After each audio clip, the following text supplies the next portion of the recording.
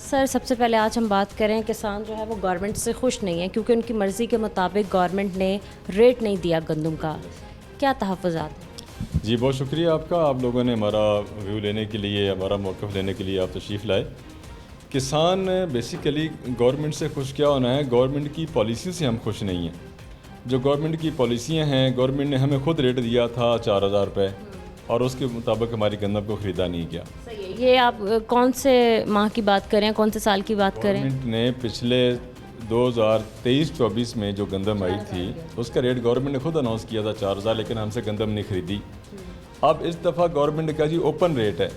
अब open rate होने के बावजूद गवर्नमेंट ने बेशुमार पाबंदियाँ और फलां मामला ये मामला उसकी वो कर दिया। हम गंदम कहते हैं गंदम का रेट 1000 कर दो, लेकिन उसके मुताबिक जो इनपुट्स हैं, खाद है, स्प्रे है, पानी है, बिजली है, वो भी सस्ती कर दो ताकि किसान सस्ती इनपुट्स लेकर सस्ती गंदम उगा के कौम को सामने रखे और कौम सस्ती रोटी खाए। मेरा एक बड़ा हुकूमत से एक बहुत बड़ा शिकवा भी है और हुकूमत से बहुत बड़ा सवाल भी है कि आज रोटी बिक रही है 15 रुपए की, जबकि जब गंदम का रेट 2200 रुपये था, जो कि आज 2025 में भी 2200 रुपये है, तो रोटी आज 15 रुपये की बिक रही है। गंदम का रेट 2200 रुपये है और आटे का रेट बाज़ार में 130 से 140 रुपये किलो बिक रहा है। भाई आपने जब गंदम सस्ती कर ली तो मार्केट में जो गरीबों के नाम पे सस्ती की गई है वो गरीब तो रोल रहा है, उसको तो रोटी सस्ती नहीं मिल रुपए की मिल रही है, नान 20 रुपए का मिल रहा है। जी हाँ, नान 25 का, बल्कि तंदूर वाले क्या कर रहे हैं जी, वो हमारे पास दूसरी रोटी ख़त्म होगी, हमसे खमीरी रोटी लगवा लें, वो उसके 5-10 रुपये ज़्यादा ले लेते हैं इसी नाम से। और जो कस्टमर चला जाता है रोटी उसने खानी तो है, वो कहता है जी मजबूरी है मेरी, ठीक है मुझे वही दे दो, वही रोटी दे दो, खमीरी रोटी दे दो। नान हमारे पास फलाना नहीं है, हमारे पास वो कुलचा है जी, ये है वो, उसके ऊपर भी 5 रुपये वो बढ़ा देते हैं। हुकूमत की रेट इस टाइम ना फील्ड में, ना बाज़ार में है, ना हुकूमत के अपने पर है। ठीक है सर, अगर यही हालात चलते रहे, गवर्नमेंट ने इस साल भी सरकारी नर्ख ना रखा गंदम का और अगले आने वाले साल में हमारे जो किसान भाई हैं उन्होंने फसल ही ना बोई, तो सर आपको क्या लगता है नुकसान किसको होगा? बेसिकली ये हमारे मुल्क का वतेरा है, किसान हमारा अनएजुकेटेड है, पढ़ा लिखा नहीं है, उसकी वजह से वो उसको इस चीज़ से कोई नहीं कि हमें आगे क्या मिलेगा पीछे क्या मिलेगा। उसने 2 साल चेक किया, गंदम से रेट नहीं मिला तो वो किसी और फसल की तरफ कन्वर्ट हो जाएगा। अब वो मकई की तरफ जाएगा या किसी और की तरफ जाएगा। वैसे मैंने किसानों से कहा है कि आप बैलेंस फसलें जो है ना वो काश्त करें। अब गंदम की सीज़न में हमारे पास चने की फसल होती है, मसर की फसल होती है, इसके अलावा वो होता है चिया सीड होता है, तुखम बिलंगा होता है, और मतलब जो सर्दी में काश्त होती है और गर्मी में आके गर्मी के स्टार्ट होने में पक जाती है।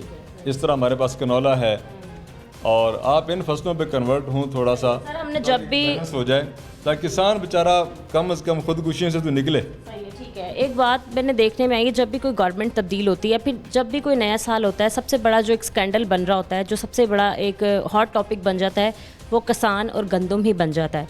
तो आपको क्या लगता है कि किसान दोस्त पॉलिसीज़ लानी चाहिए जो कि गवर्नमेंट लाने के लिए तैयार ही नहीं है? असल में हुकूमत पाकिस्तान का मसला है, भले हुकूमत किसी की भी हो, कि किसान को खुशहाल नहीं होने देना। अगर ये खुशहाल हो गया तो ये इसके बच्चे पढ़ जाएंगे। वो चाहते ही हैं कि किसान,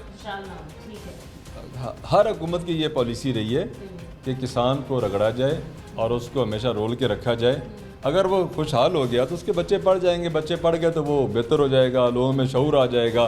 तो हम सबसे बड़ा मुद्दा ये कि हमारी कौम को बेशऊर रखा जाए और को मतलब ना आगे इस तरह ही रखा जाए। अगर ये तबका आगे निकल आए, इतनी बड़ी कौम है, तो इतनी बड़ी कौम में से अगर आधे लोग या आधे से भी 25% लोग भी अगर सीधे हो जाएं, तो मुझे बताओ इस तरह के हुक्मरान, करप्ट हुक्मरान कहाँ बाकी रह सकते हैं? ठीक है, जो किसान तबका है फिर उसकी तरफ से तो प्रेशर डाला जा रहा होगा आप लोगों पर भी कि भाई हमारे बात की जाए आगे, हुकूमती नुमाइंदों तक हमारे मसले मसाइल बताए जाएं। क्योंकि अभी मैं कुछ किसानों से बात करके आ रही हूँ, उन्होंने यही कहा कि हमारे पास लास्ट ऑप्शन यही है कि हम रोड्स ब्लॉक कर देंगे, हम एहतजाज पे आएंगे, हम एहतजाजी धरने देंगे, हमारे पास लास्ट ऑप्शन यही रह जाता है अपनी बात मनवाने का।